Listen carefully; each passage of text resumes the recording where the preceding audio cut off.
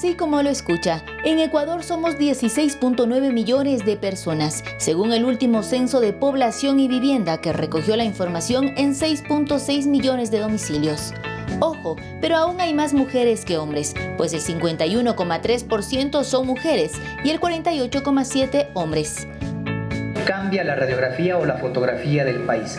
Hoy hemos crecido entre el 2010 y el 2022 cerca de 2.4 millones de personas más y seguimos creciendo pero a un menor ritmo. De la población total, 4.3 millones son niños y niñas, que representan el 25,5%, es decir, una cuarta parte de los habitantes. También se informó que el 2,5% de personas en el país son extranjeras. Un 54% de estos extranjeros son hermanos venezolanos y el 23% son hermanos colombianos. Las provincias con mayor población son Guayas con 4.3 millones de personas, Pichincha con 3 millones, Manabí con 1,5 millones de personas. Estas tres provincias albergan el 53,5% de los habitantes del país. El censo además revela que la mujer tiene un rol fundamental en la familia, pues según los resultados, el 38,5% de hogares declaran como representante a una mujer, 10 puntos más que en 2010. Hoy las mujeres tienen mayores niveles de escolaridad, participan más del mercado laboral, toman sus propias decisiones y ya el censo nos empieza a reflejar este incremento importante. Además, se visibilizó que Ecuador vive una nueva ola migratoria.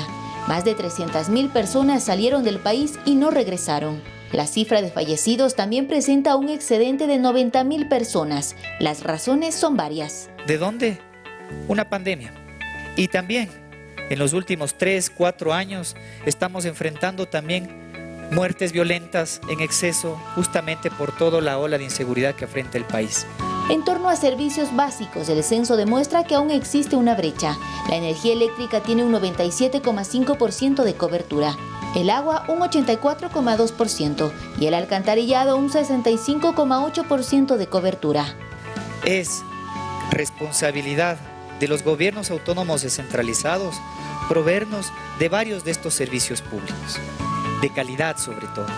El censo tiene una cobertura cercana al 95% y el cálculo de la información que se omitió o quienes no participaron en el mismo se conocerá en noviembre de este año. Olga Velasco, Noticias 7. Bien, entonces uno se preguntará para qué nos van a servir o cómo podemos utilizar todas estas cifras que ha dado el día de ayer el INEC y por qué es tan importante conocerlas. Pues bueno, una de ellas, por ejemplo, podrían reducirse los asambleístas en el Parlamento debido a esta cantidad poblacional que nosotros ahora tenemos. ¿Por qué? Ustedes recordarán que en el 2010, cuando fue pues el último censo realizado aquí en el Ecuador, se dijo que para este año íbamos a ser alrededor de 18 millones de personas en el Ecuador. Eso, por lo tanto, entonces reduciría más adelante las cifras para elegir a la Asamblea Nacional. No solo eso, sino que también se deben ver las proyecciones que va a tener los dos candidatos en este momento presidenciales y los que lleguen en el 2025 para la delegación de recursos a varios GADs, porque recuerden que por cada GAD hay asignación de recurso por la densidad poblacional.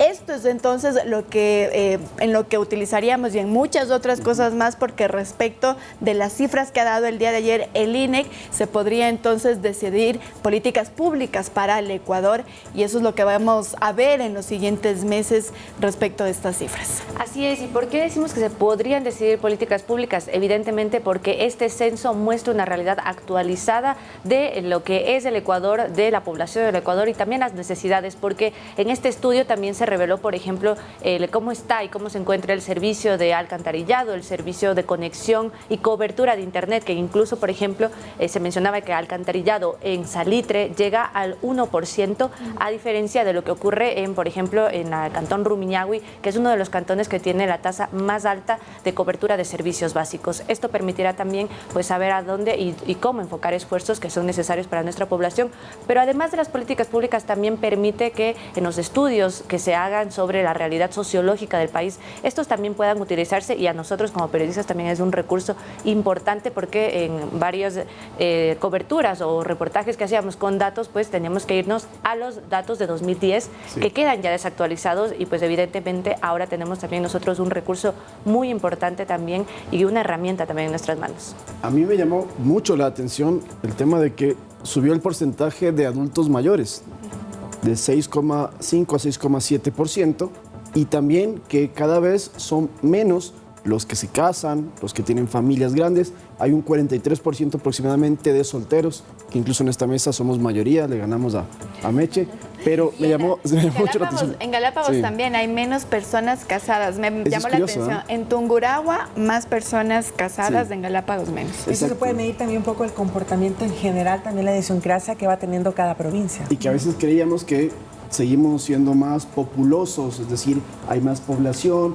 las ciudades crecen, y de hecho sí, Pichincha y Guayas le doblan a Manabí, que es la tercera provincia con más gente, pero a escala nacional es interesante cómo estamos envejeciendo como población. Ahí van las políticas públicas que tú mencionas, y esos son datos que la gente está acostumbrada a, que siempre vamos aumentando mucho en millones de personas. Éramos 9 millones, luego 13, luego 14, y cuando ahora creíamos que éramos por lo menos 18 y podíamos llegar a 20 en unos próximos años, parece que no estamos creciendo, un poco más lento según lo que ha dicho el INEC, y más adelante lo vamos a conversar La justamente. migración también. Y ha las habido- muertes también, las por muertes de la pandemia y por pandemia. homicidios. interesante, sí. 90.000 muertes por pandemia y homicidios. Es realmente una cifra Alarmante, ¿no? alarmante. 2,5 los extranjeros presentes en nuestro país, de la población también en la división que hay, un 54% de venezolanos y el restante de colombianos. Eso también nos deja un mapa interesante de conocimiento de quiénes están acá. Que yo en mi ignorancia pensé que eran muchos más. Al revés. Hubiese dado una cifra. 2.4% nada Es más. poco, sobre todo para la percepción. En Quito particularmente, uno se da cuenta cuando está en la calle que hay mucho extranjero, no solamente venezolanos, sino en general asiáticos, hay estadounidenses, en Cuenca ni se diga, en Galápagos hay residentes que son extranjeros fuera de los turistas, en Guayaquil también. Llama mucho la atención estas cifras que, insistimos, son actualizadas y son oficiales del último censo, que tuvo, por cierto, una metodología también distinta a la del 2010. Bueno, y más adelante el subdirector del INEC estará acá en la mesa de trabajo en las entrevistas para realizarle algunas inquietudes respecto a los resultados de este censo.